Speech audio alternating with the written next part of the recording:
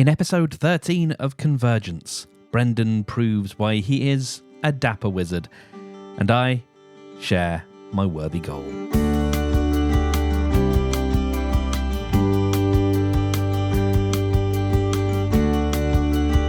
How has practicing for the retreat been? Oh, dude. Well, practicing was fun. I did a nice little psilocybin trip the other day, and have been just generally trying to be doing some good low-key stuff. Life hasn't decided that is what I should be doing right now, but I have been trying. And then storm related, or is that is it real storm related, or is it metaphorical hypothetical storm related? Both. Both and I mean, the storm not only the storm is kind of twofold. It's like, okay, you're going to stay home and you're not going to go anywhere and do anything, so like perfect opportunity to just not talk to anybody and meditate and do all that stuff. But also storm related, we're gonna shut down the retreat center, so you can't go, and it's not gonna happen. It's gonna happen in March. No. Yeah. Oh, for the love of yeah, it got delayed, so that's a big bummer. But I can still try and do it on my own. I guess I can just tell Margaret, like, hey, I'm not gonna talk to you for a couple days. Oh, that's not gonna happen. No, that wouldn't be. That wouldn't be amenable. I'm sorry about that. Yeah, it's okay. It happens. So. Yeah. Speaking of metaphorical storms, did you want to talk about our friend that we don't? Yeah, that we don't want to mention. I don't know if you want to name. There's somebody that listens that I'm surprised that they. I mean, I'm also not surprised, but like, it feels a bit stalkery, and it's just kind of gross. It's a bit weird. It's a bit weird, dude. You know. I kind of understand. Look, he's in a state where he thinks he's right. He's trying to do everything he possibly can, and that includes some creepy things. And he probably if you're looking to catch Brendan out, like that's not what this is. yeah, that's not what's going to happen here. No. And, like, I know you preach talking to the audience of one. Yeah, it doesn't have to be so literal, does it? It doesn't. No. Yeah, because this is for like one very specific person. But, hello. We know you're listening, and enjoy the show. I hope you get something from it. That's really what we're here for. So, yes. Have you heard of Sujith Ravindran? That name does not ring a bell. I love it, though. Tell me more. Okay. He is... so one of the things that came up last week was the men's work, the idea of men's work. Mm-hmm.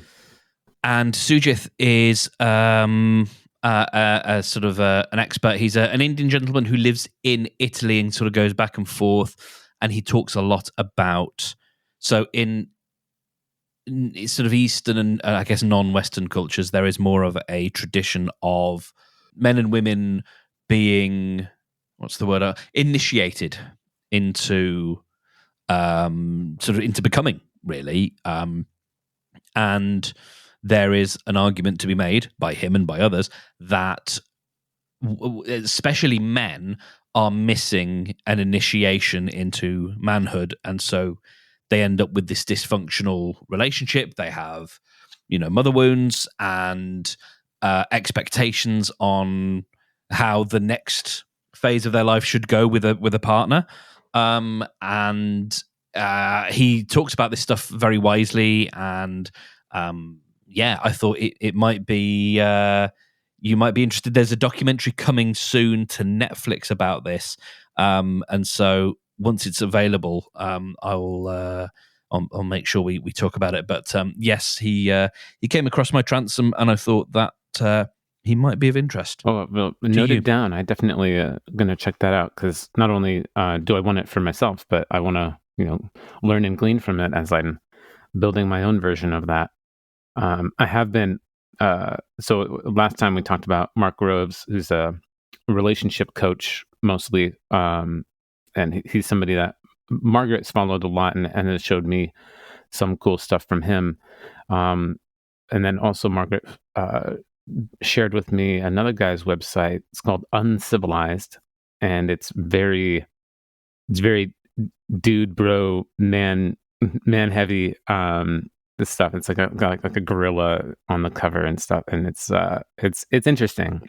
I'm learning more about it and stuff, and interested in diving in. And then there's a guy named Connor Beaton, who is the author of Men's Work, the book that I'm reading with a couple friends of mine. And his website has a bunch of cool stuff on it too, that I'm diving into. And then also a big inspiration for me is Unique Hammond from the opposite side. She's doing the women's version of it, but she has a wait list for a 12-week protocol or 12-week mentorship kind of back and forth program. And I didn't find out about this until I had already kind of created my structure for God mode, but it's like very mimic. It one of the weeks is called Goddess mode. Right. It's like that spot on. And so I'm like, okay, well, I understand where I'm getting some of this from. But I hadn't, there was no plagiarism. It was just like, whoa, this is what I just wrote the other day. It's amazing. It could be a sign that this is what the universe needs. I mean, I'm a big fan of the phrase "moments snap together like magnets." I was just before we joined watching a video from MKBHD, who is a tech YouTuber, and he's commenting on the fact that lots of prominent YouTubers are quitting YouTube at the moment. Oh, I just saw one of them. Yeah, Tom Scott. That was the one I saw. Was the first one the first one that I saw, and then there's quite a few other sort of big. If you follow the YouTube world, which I sort of don't, I follow one or two. But yeah, there's a lot of this about, and so I think big believer in morphic resonance, which is the phenomenon in nature where birds learn how to do something without. And somehow they can communicate that, or it gets communicated thousands of miles away. There was something about like crows tapping milk bottle cans or something, and then that information somehow got passed to another flock that were completely disconnected, and so that is my limited understanding of morphic resonance. But there's something in that, like how we often have films that come in pairs of like Deep Impact and Armageddon. Yeah. And this happens a lot. The two Jobs films, that one made sense because it was timely, but Volcano and Dante's Peak. Dante's Peak, yep. Mm-hmm. Yep. There's something about how Barbie and Oppenheimer, exactly. Anyway, there's perhaps a season for what you're creating, so that's great. Yeah, I'm pretty excited. It's a long ways away from being something to share, but I did reserve the URL, entergodmode.co, and I have a landing page there. One of the things I was hoping to to experience was your live reaction to my hastily produced landing page. And maybe getting some tips, because you make amazing websites and landing pages and stuff, and I am new at this. This is very much this is very much like I took a template and filled in some info, and like that's the way to do it, mate. Is to underthink it.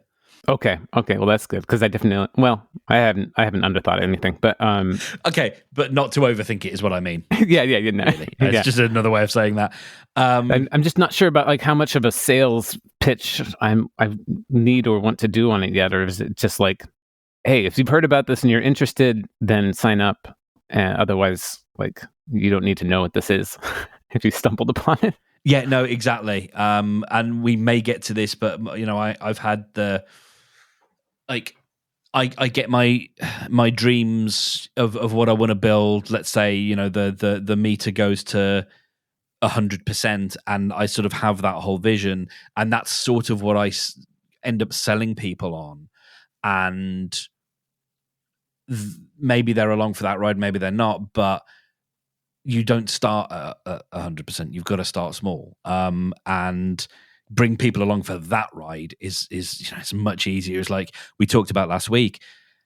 The simple idea of I'm going to be sharing some ideas that can help you go from gamer bod to god mode, and if you're along for that ride, pop in your email address and that's it. But yeah, I'm excited. Me too, dude. Oh, every day, as I fall asleep at night, I'm now. I don't usually keep my phone by my bed. It's usually in the hallway on the charger, and lately I've been keeping it by my bed because, like, as I'm falling asleep, that's like this twilight moment of ideas come. I'm just like, oh, I gotta write that down. I gotta write that down. I gotta write that down. And I've been writing furiously on this building this 12-week course. I have a structure for each week. I'm calling them a level, of course. And I have video game names for each one, and they're all kind of appropriate for both how far you are in the course and tied with the hero's journey, Joseph Campbell like structure that I'm also trying to create. And yeah, it's just coming together like I'm chipping away at marble. Like it's there, and I just need to uncover it. It's amazing. Beautiful. Yeah. I have a book recommendation for you. Ooh, hit me. How to Begin by Michael Bungay Stanier, if I have got that right. And it is. I'm partway through, and if we get to it today, potentially a very large portion of our conversation might stem from just the beginning of this book, and the first set of exercises that it asks of you. I think we are both at the point of view at the time where this book could be perfect. It is in audiobook format as well. It's very charmingly read by the author. And yeah, I'm really excited by what it offers, actually. Great. Do you have any bits you want to talk about now? Yeah, why not? Okay, so the book asks you to create what it calls a worthy goal, and that goal has to be one of three things. It's got to be thrilling, daunting, and important. And so you start off with the shitty first draft, and what I like about this is he guides you through this whole process of like, start with a shitty first draft, that's okay, and we're gonna add to it. And so I think I sent to you my maybe sort of second version of the draft, which was help rescue 10,000 creatives from the brink of giving up. And that was my sort of, it's maybe first, second dish draft, 1.5 maybe. One of the questions he gets you to ask is for the sake of, to help you sort of connect with the importance of it. And so for the sake of creators' sanity and the enrichment of human existence, because I believe that art and creative projects can save lives. You and I have both come across those moments where people have written into shows and to other people, to creators, to say, I might have ended my life had it not been for this. And it's not been my experience, but I know people who have. And yeah, that was my experience in high school. I was in choir, and that was the only thing that was keeping me sane and in school, and at times in a good mental health space where I stayed alive. Yeah.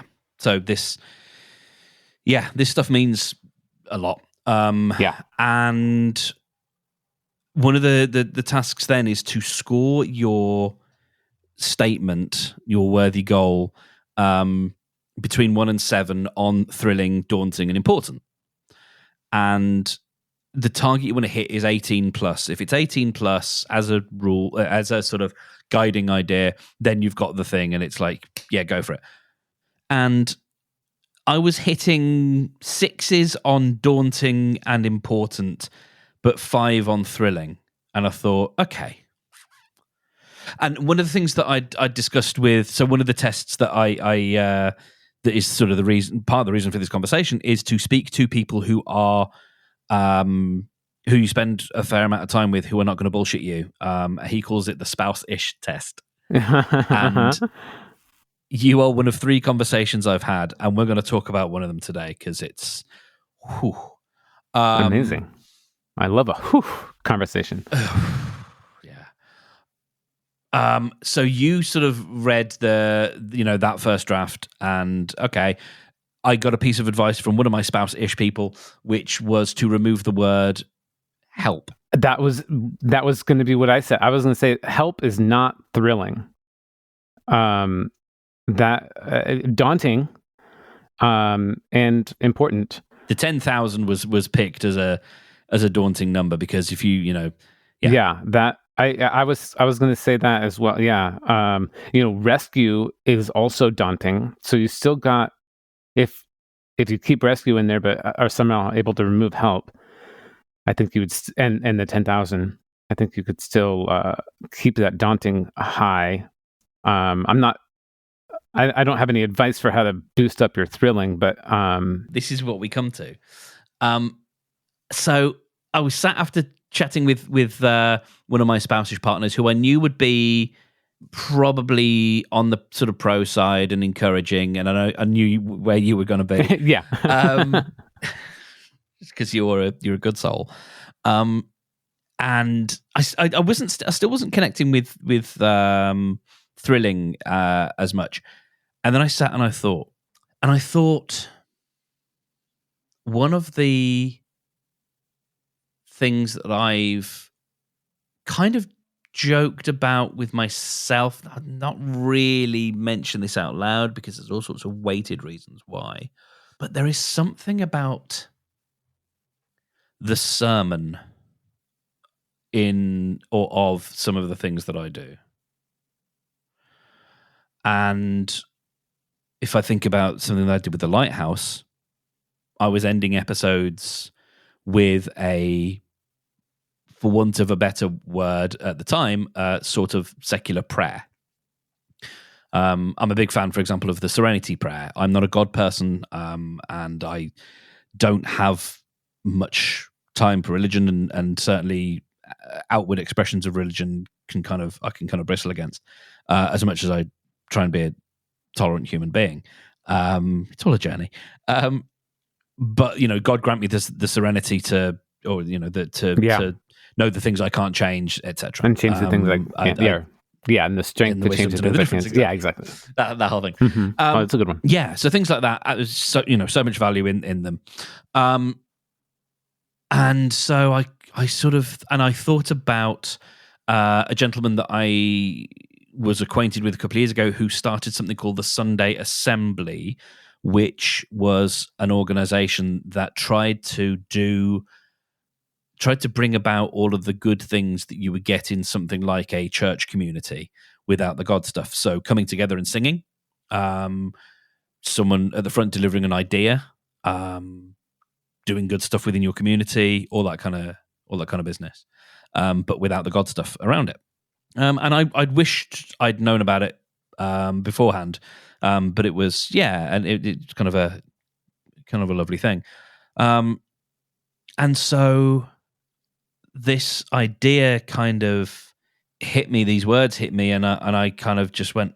And I think I emailed or I WhatsApped you, and I was like, I sat there for a moment, going, "Fuck." So the new phrase, the new goal came up as found a global secular church to rescue 10,000 creatives from the brink of giving up. Ooh. Hold weekly congregations by the end of 2024. Ooh. Oh yeah. So this is a mission statement, or is this like a sales pitch? Like is this how you bring in people, or is this just for you to as your guide of. From where I am with the book at the moment, my understanding is this is very much an internal thing. This Okay. is how you connect. Yeah, okay. You as that's the what it sounded person like. with the idea. The new phrase definitely sounded a bit more internal than external. Yes. And the idea is to give it some, to make it verby, to give it some action. And add a few other words that help sort of add some specifics. So global, found being very much a strong verb, and then putting it, a bit more action to it. Weekly congregations by the end of 2024, making it timely as well. Well, I felt an impact from you reading that. Like I felt thrilled, I felt daunted, and that feels important. Honestly, like, yeah, amazing second draft. Thank you. Can you read it again? Found a global secular church to rescue 10,000 creatives from the brink of giving up. Hold weekly congregations by the end of 2024. Like out of 7, that feels like a 7 and daunting. Like that's huge and important. Oh, and important is at least a 6, and thrilling is a 6. So my total score ended up as thrilling as 7, daunting as 7, and important as 6. Nice, yeah. I want to speak to the importance because this is valuable context with the way I've been thinking for the last week. So I'm going to tread carefully on this because I'm treading on other people's stories and I'm completely ignorant of them. And I'm aware that I've made up my own stories, but there is value behind that. So I will probably be vague, but that's because I want to protect people because I really am talking from a point of view of I don't know at all. I don't know. Mm-hmm. We get it. So aren't we all talking from a point of we don't know? We say we know. Yes, absolutely. But when we are, no, I get what you mean. I'm just it's like when we talked last week. Like sometimes other people's stories are like they're not ours to tell. So there's been a band that I've been a fan of and friends with members of for 20 years, more than, which is crazy. They're a local band and I have some real all sorts of personal connections with them. And they lost their lead singer and kind of catalyst, I think, at least 18 months, 2 years ago. I've forgotten whether it was 2021 or 22. I know I was out somewhere and I came home and I read the news and I was thoroughly bummed out, to say the least. There is reason for me to believe that perhaps that person took their own life. I don't know. I'm inferring. I'm reading from the messages, and it hasn't felt right for me to go and ask. It's not. Well, I just wouldn't. I wouldn't. It's just not something I would ask. I'm not. I've worked with this person. I've collaborated with this person. Because the brain makes stories. My brain made a story, and it connected a few things. They'd just done a gig 2 days before. Which was a kind of a re-welcoming, a sort of a reunion. There hadn't been estranged due to technical difficulty or due to artistic differences. It was just the band never quite got to where they should have been, where they deserve to be in terms of regard. And they played this gig, and then a day later,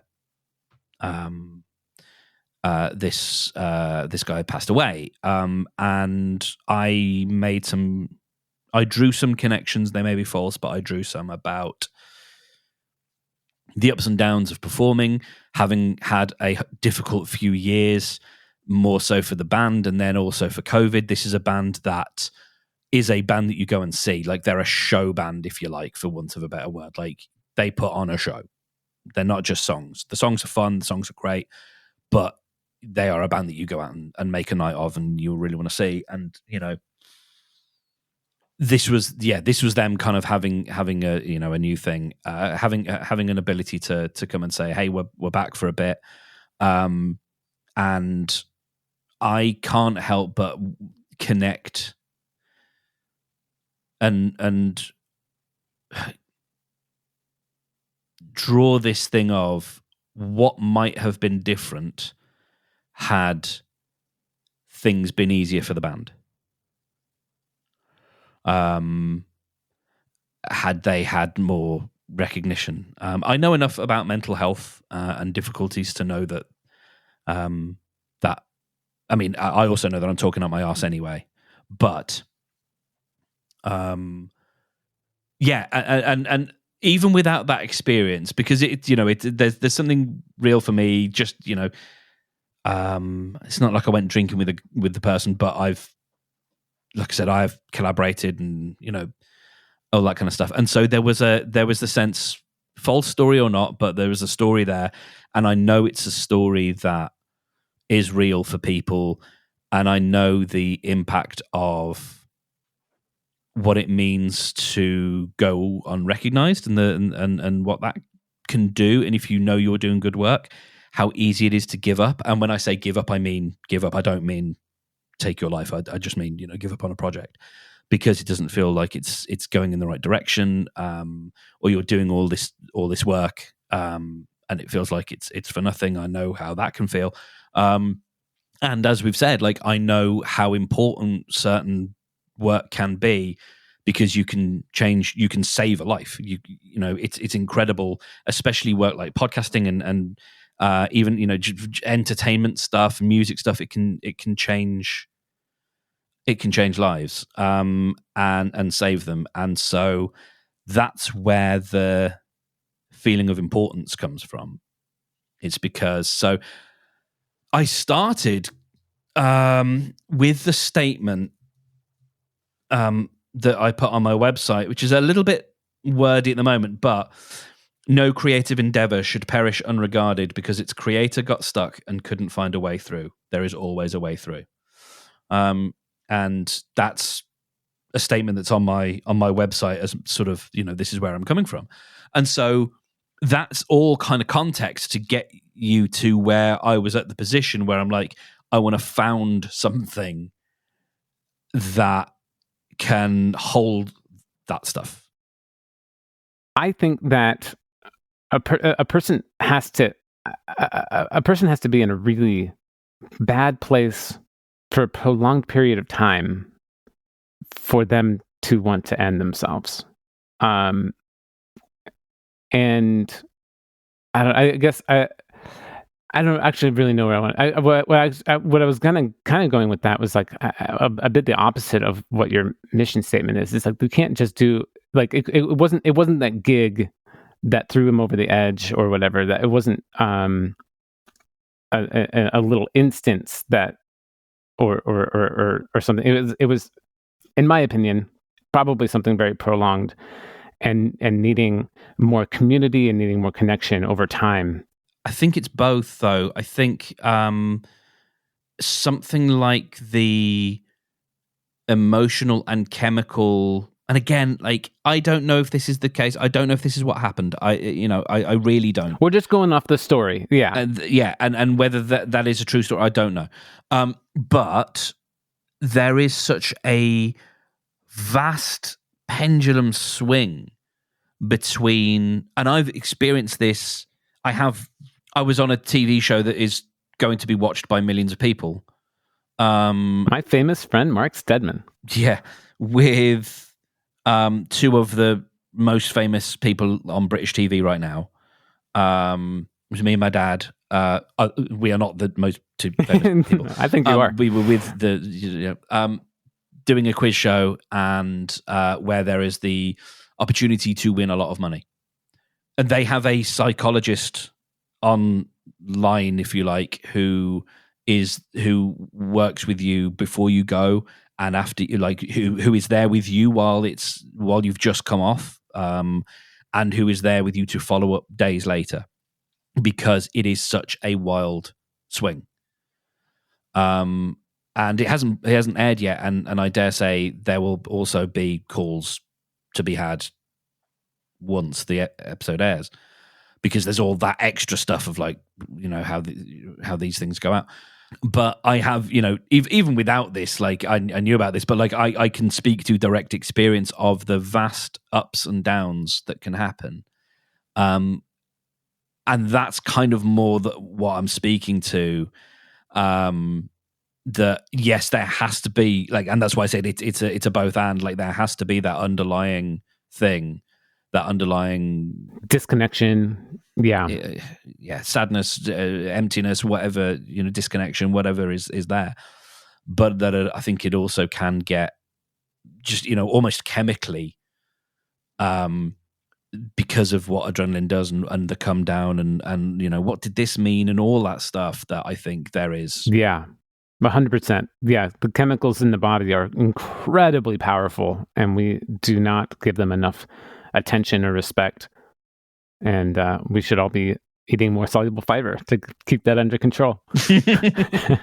I feel like I feel like what I was saying before is a bit underthought and off the cuff, and it was kind of not as relevant as I would have liked it to be.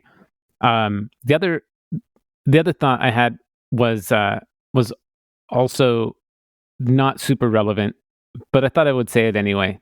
And this isn't criticism or critique or anything, but it's for other situations where you have a story and it is affecting you personally. Like, this doesn't sound like it's bringing you down by having this story. It's just a way that you're kind of categorizing it. But if there was a story and it was bumming you out, are you familiar with the writer and mystic? I don't know. The writer Byron Katie. Mm-hmm. Yeah. Do you know about her 4 questions to ask yourself about stories? Yes. Okay, great. I discussed this in a recent episode of the podcast that I do with my friend Anya, who is my other spouse-ish person. Uh-huh. And I like the intent behind it. I hate the trite and the cuteness of it. But actually, the 4 questions are great, and the thing is great. I just hate the way it's packaged up. But yes, I think it's is it true? Is it really true? How does this make you feel when you have this feeling? How do you feel when you don't have that feeling? Ish. No, that's spot on. Which are 4 great questions. Cool. Yeah, that was all. I just wanted to check in on that. Otherwise, I'm on board. So proceed. Otherwise, as you were. So this is one way the conversation can go. Okay. There's another direction this conversation can go, and maybe it's about context. Maybe it's about how things are set up. Maybe it's about what you start with and where you start. Sure. But this went a very different way today. Okay. With my third person. Your third that spouse. I picked. Uh-huh. Yes. I'm digging your polyamory, dude. Yes. This is a very progressive. It's not a thruple. It's a quibble. We'll try not to quibble. Yes, please don't quibble in my quibble. Ooh, tell me all about it. I want to hear the drama. Oh yeah. So, quick side note is that I was going to call it the Church of Creativity. Ooh, big problem with that. Because basically Nazis ruin everything. If you Google that, creativity is a church in quotation marks that is for white supremacists. Oof. Yeah. Oh man, I'm very tangentially familiar with things being ruined by Nazis. I Margaret and I have been planning on working towards having a child, and one of the top names on my list has been Orion, because I think it's a beautiful name, and I love the constellation and all that kind of stuff. But apparently, that's like a trigger word for it's something used for white supremacists. Is it because phonetically there's an assonance with Aryan? Oh, interesting. I don't know. Maybe. Either way, gross. Yeah, it's pretty and I'm gross. sorry. It's okay. Yeah. To quote the Blues Brothers, I fucking hate Illinois Nazis. So I was going with the Church of Art. Okay. And so I knew my friend was going to be somewhat... There would be some resistance to some of this. My thinking being, this person is very Gen X. I am in the middle between Gen X and Millennial. There's a name for it, Zennial. But my friend is very Gen X, and Gen X people, one of the things they really prize is authenticity, and you can't put one over on them. They will not go quietly into that good night if that good night feels anything less than 100% real and authentic. And there's a lot of what I might say cynicism, and I've been there, and one of the things that has been interesting over the last few years is the amount that I have expanded, and my view has expanded. And for me, I sort of see that as very constricted, and sort of there's a tightening in and a sort of, I almost have this image of something fetal, and I don't mean that in terms of childlike, but in terms of really curled in and sort of not really allow, and everything has to be viewed through a side eye. Everything has to be. We talked last week about how you and I earnestly engaged with the High Ren video, and how my other friends, who were all essentially Gen X, didn't even respond. Had nothing, because it didn't come with the right receipts. So that's sort of some of the context. And so what we ended up having was this person felt really, really triggered by the word church in a way that I wasn't quite prepared for. Like, I thought they'd be triggered in terms of, who do you think you are, Stedman? Come on. But it was much more like visceral and... Like, yeah, it ended up... This is probably the most contentious, long-form contentious conversation we've had, having known each other for 14 years. This was the closest one where, like, both of us were stepping back and making sure that we were phrasing what we wanted to say, carefully, so that we didn't just start throwing things out. And it was interesting because it was had on the phone, in audio only, so I think the conversation would have been very different had we been looking at each other in the face, because there's a whole phenomenon about that. And yeah, I was not prepared for quite how.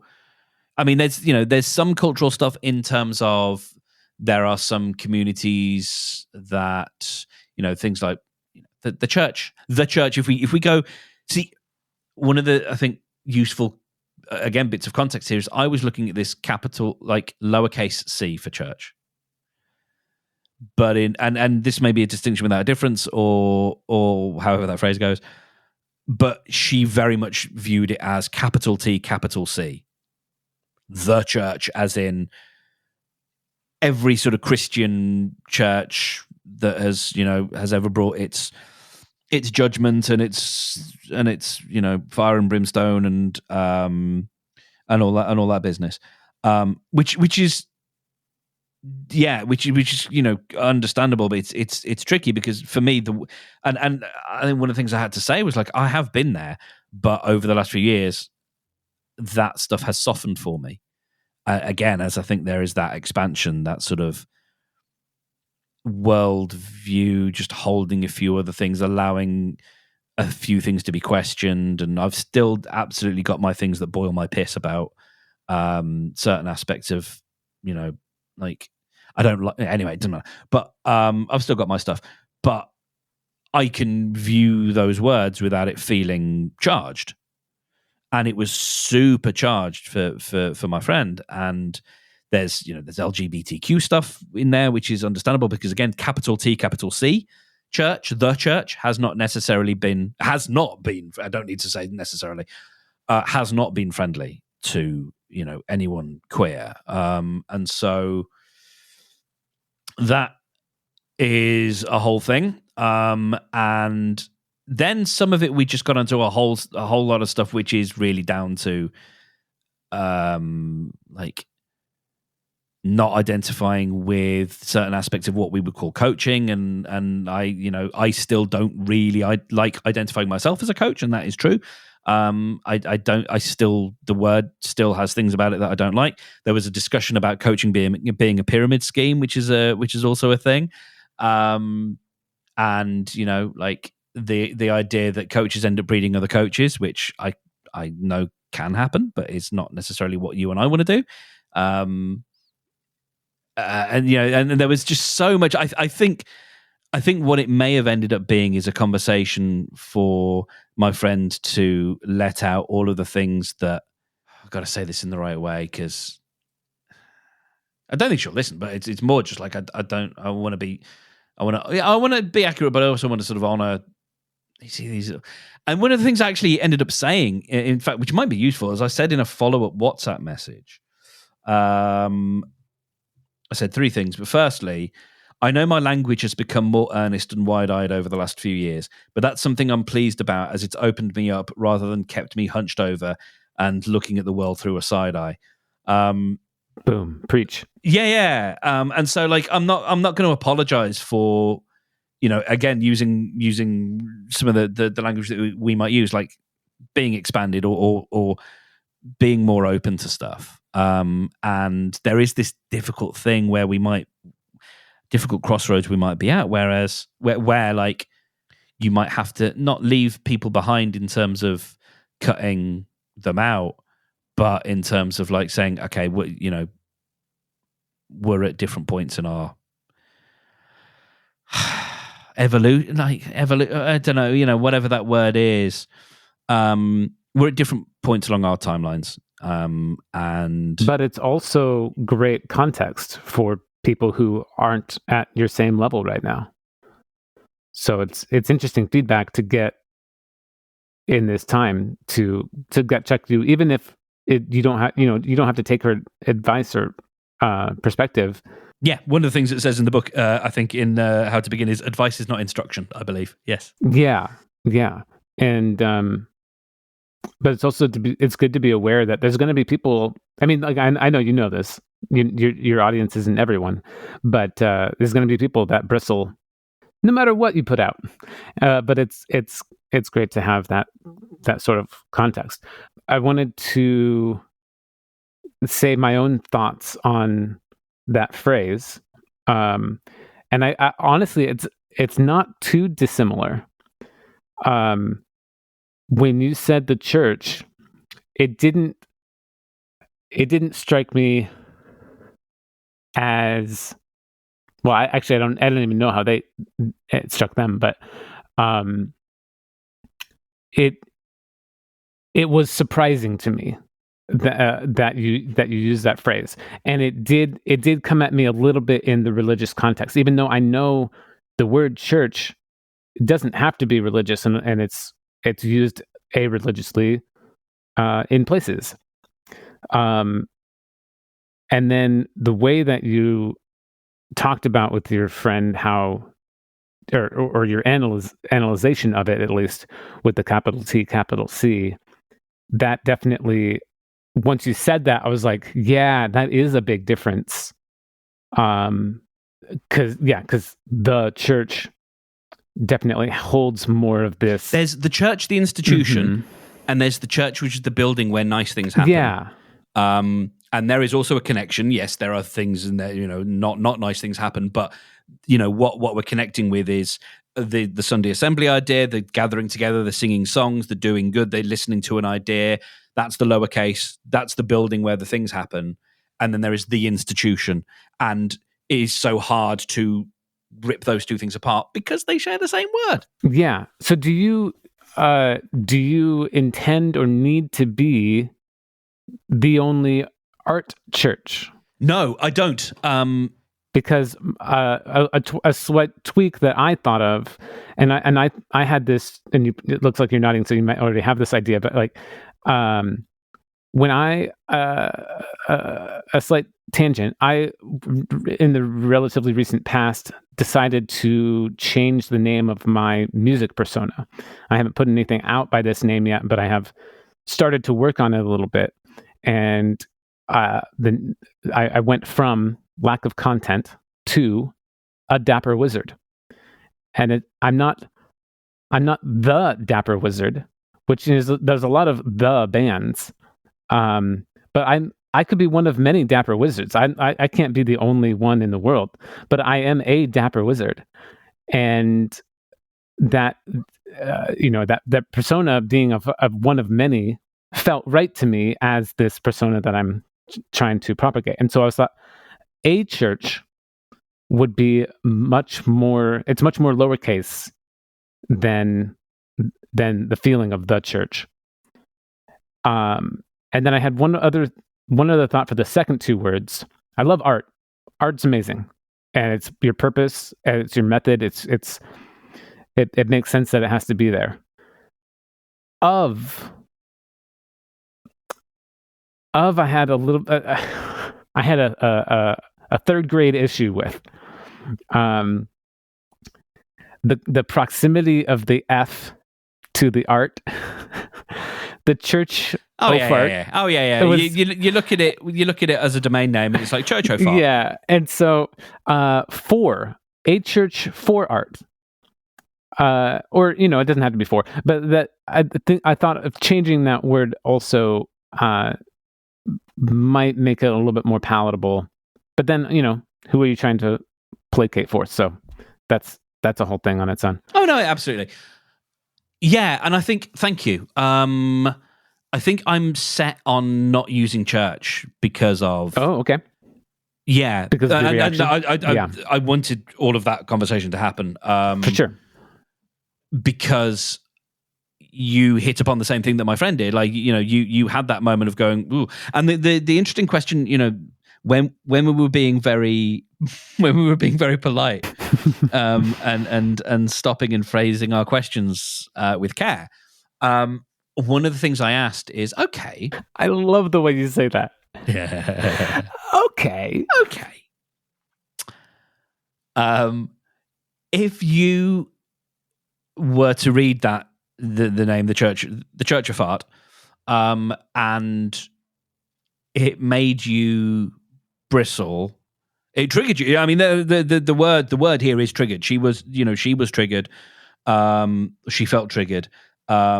And that's her word, not mine. I'm not putting that on her. And if that's your thing, my question then was, okay, if that is what you experience, does that mean that you completely shut down and you're not interested in hearing, well, what does that person mean?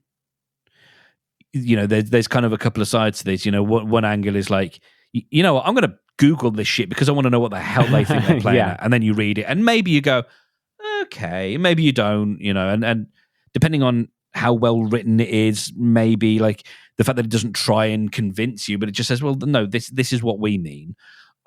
Maybe you go, okay, you know what? I'll let it slide. I'll tell you, for Margaret and me, like Margaret is the type of person that would be like, what do they mean? I'm going to Google this shit. And for me, I'm just like, if I don't get it on the surface, I make my impression and then I move on. And it's like, oh, the Church of Fart. All right. Yeah. Well, and maybe Margaret comes to you and she's like, found this. She's like, it's really good. And then you go, yeah, I don't care. It's got a terrible name. No. But then for me, I'm easily changed. Like, oh, there's more to it. Oh, great. Show me more. But yeah, there's definitely people out there that would be like, I wrote them off. Yeah.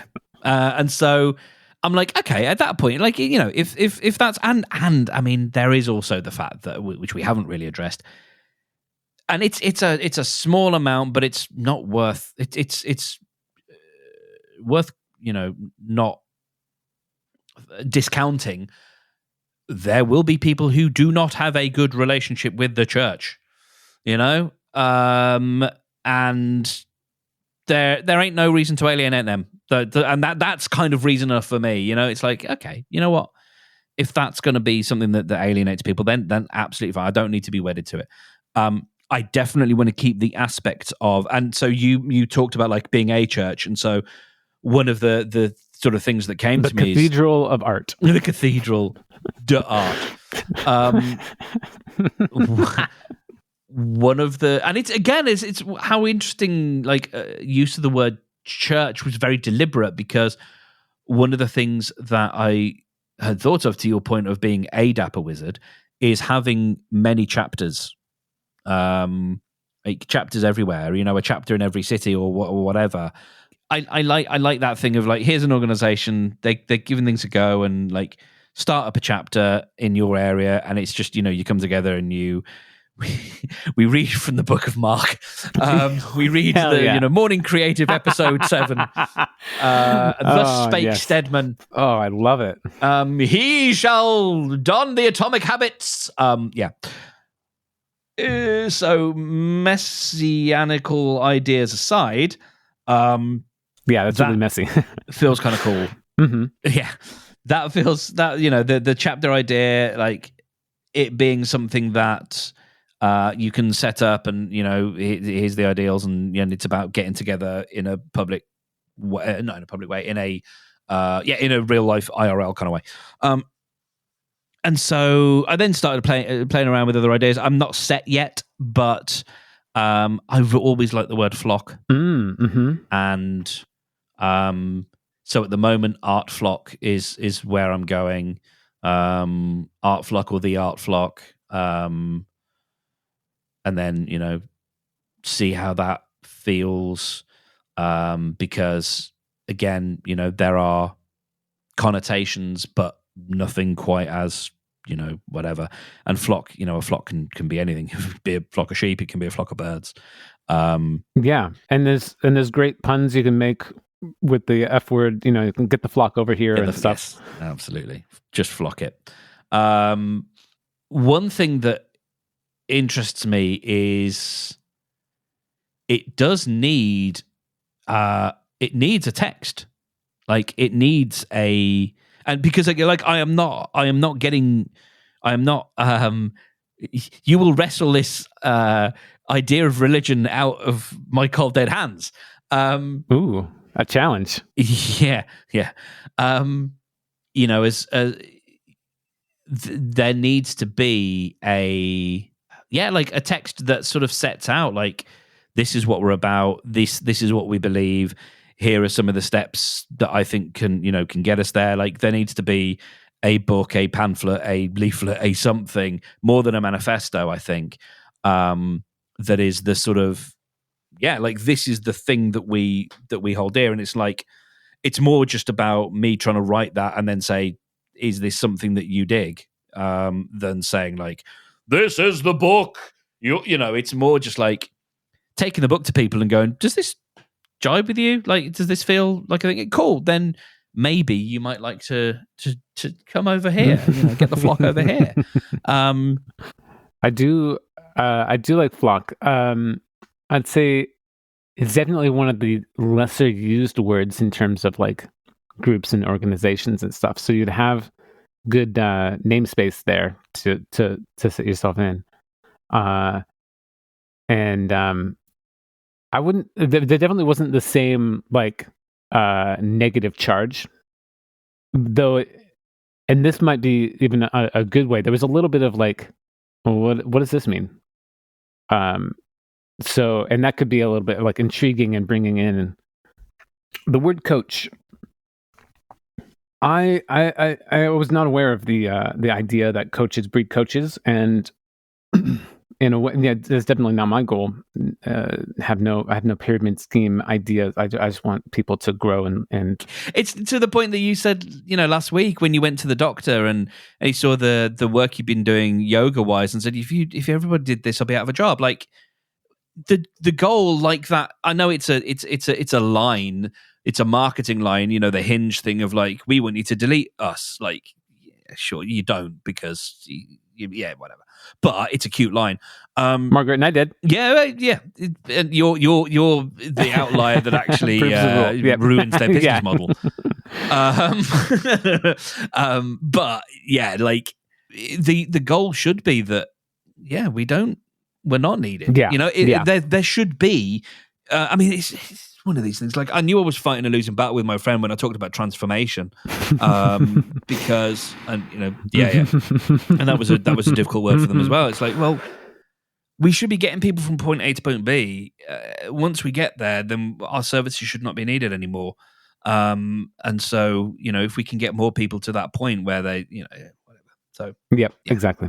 So, coach. So my experience, that my first person that I would call a coach has been Unique Hammond, and since being a client of hers, I have definitely been inspired myself to become a coach. But then I don't think that A, preceded, or B preceded A. Like, I don't think that one caused the other. I think I already had that in me of a desire and want to kind of do that kind of thing. And then she was just an expander for me to see, oh, this is how easy this is. I could do that. You just made a website and did some classes and became, you just decided to do your thing, and I can just decide to do my thing. That's easy.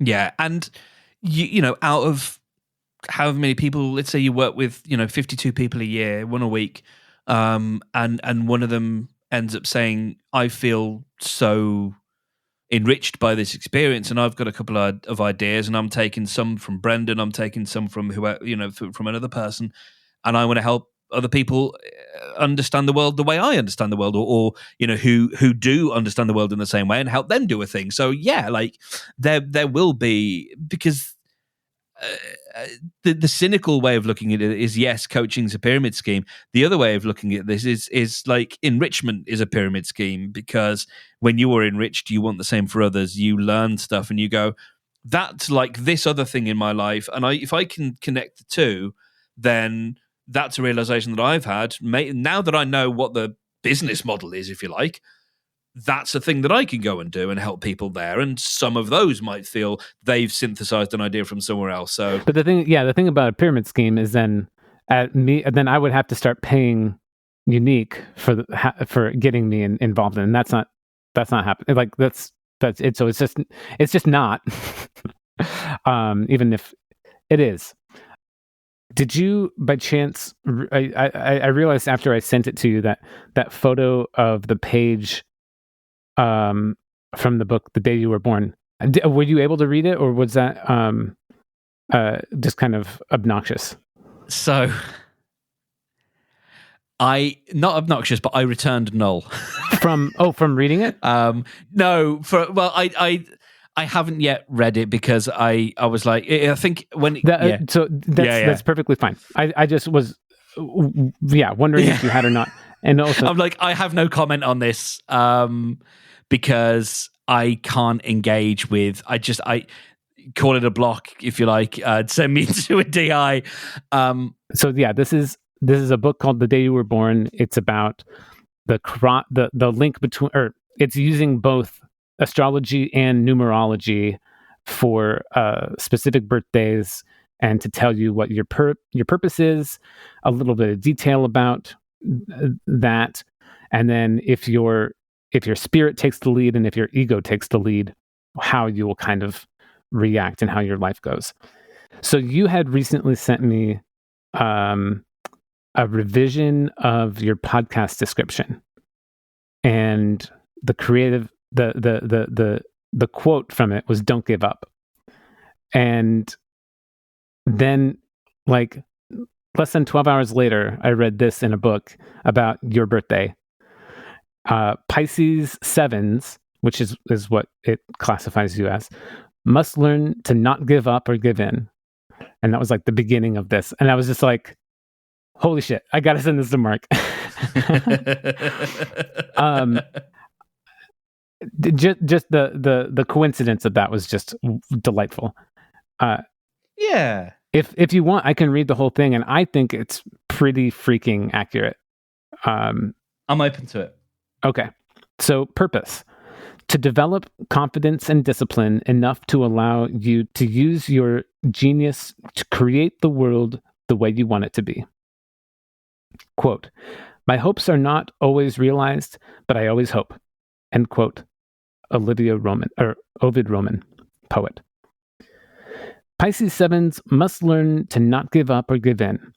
They are concerned of their worlds, and their test is to survive and be happy no matter what life often offers. When they are connected to their soul, when they know how to help and inspire others, when they keep their passion for life close to the surface, then nothing will stop them from growing. Others may not support the Pisces 7s or give help because their mission is to stand alone and do it well. Pisces 7s are versatile, talented, psychic, and sensitive. They must not let their perfectionism keep them from taking risks and opening their hearts. They must be careful that their fear and need to be protected do not keep them isolated. If spirit is strong, then these souls will be able to accomplish the impossible. They struggle with extremes and must learn to set boundaries from within. If they are disciplined, they will play with life and leave it in a better place. Intimacy is difficult. They prefer to be alone. Meditation, yoga, or any other mental or spiritual practices are good for them. They need to help others feel good about themselves, but without limitations, they could lose their sense of self. If the ego gets inflated, there is no one around to stop them from their excessive nature and ability to self-destruct. Their emotions are powerful. Their strong desire to be loved and protected can make them neurotic. They can be narcissistic and a loner, someone who others view as strange or different. They can feel removed from life. Extremely talented, they are capable of achieving great things. The key here is to help others and not become self-obsessed. Bullshit. There, of course, there were things, and I was counting them off, of things that I can connect with. I think some of that, I think there's a lot of that is, if you phrase it differently, it applies to everyone. See, that's what everybody says about it. But then you read a different one, and like Margaret and I each read ours, and hers sounds like a death sentence to me, and she loves it, and it's right on for her. And mine is like, it's all about hard work and the struggle of the work and doing. And Margaret's like, oh my God, is that what your life is really like? Is that what it feels like? And I'm like, yeah, it's great. So no, yeah, you feel like it's universal because you're just reading yours. And if I had the book with me, I could read a couple other ones, and you'd be like, wow, those do not resonate. And it really is. You don't have to believe, but there is something to it.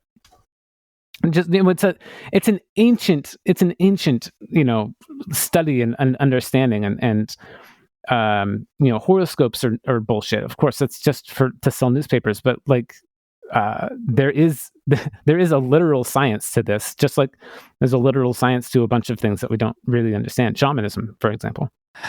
I find it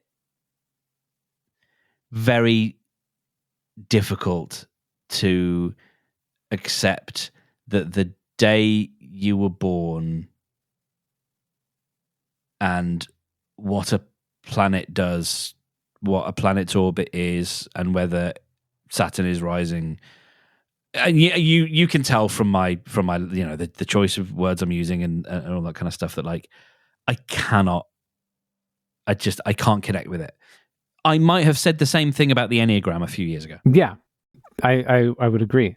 Yeah, and there's all sorts of things that we want to believe about ourselves, and we want to feel seen, and but it's definitely interesting, and there's definitely a few things like that you can pick out and go, yeah, that feels, if not uniquely my experience, but like that. I mean, I met someone, I worked with someone who had the same birth date as me, and I feel like we were very different, but hey-ho. Yeah, absolutely. You're not going to be the same person, but yeah, you might have similar motivations and internal feelings that you can't know because you're not that person. But what I was going to say is, So a few episodes ago, we talked about how if you zoom in deep down into our bodies and our cells, you start seeing atoms, which kind of look like solar systems. You got like little particles that are spinning around other particles, and there's little forces keeping them all aligned and together and everything. And if you zoom out, you start seeing actual solar systems, and you see planets that are revolving around giant masses. And to me, I'm seeing us as just we're just a middle ground, and there are forces way tinier than us that make a big impact on our body and health and life and everything. And there are forces way bigger than us that do the same thing. We're just smack in the middle. From our ego, flesh body perspective, we're smack in the middle. All those planets have gravitational forces and other things, and probably other forces that we just don't have the science to understand or recognize yet. But over the course of thousands of years, people have noticed patterns, and they've written those patterns down. And that's all it is. It's pattern matching over the length of human history, and that's fascinating to me. Man, your father-in-law was right. My father-in-law was right. Oh, that's a high compliment. Thank you so much.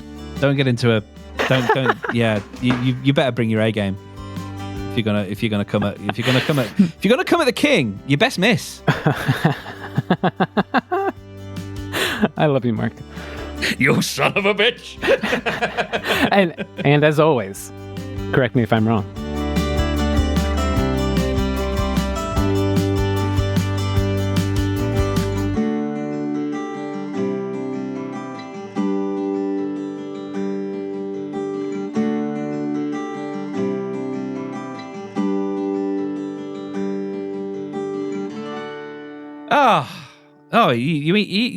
You steered that in for a landing, my dude.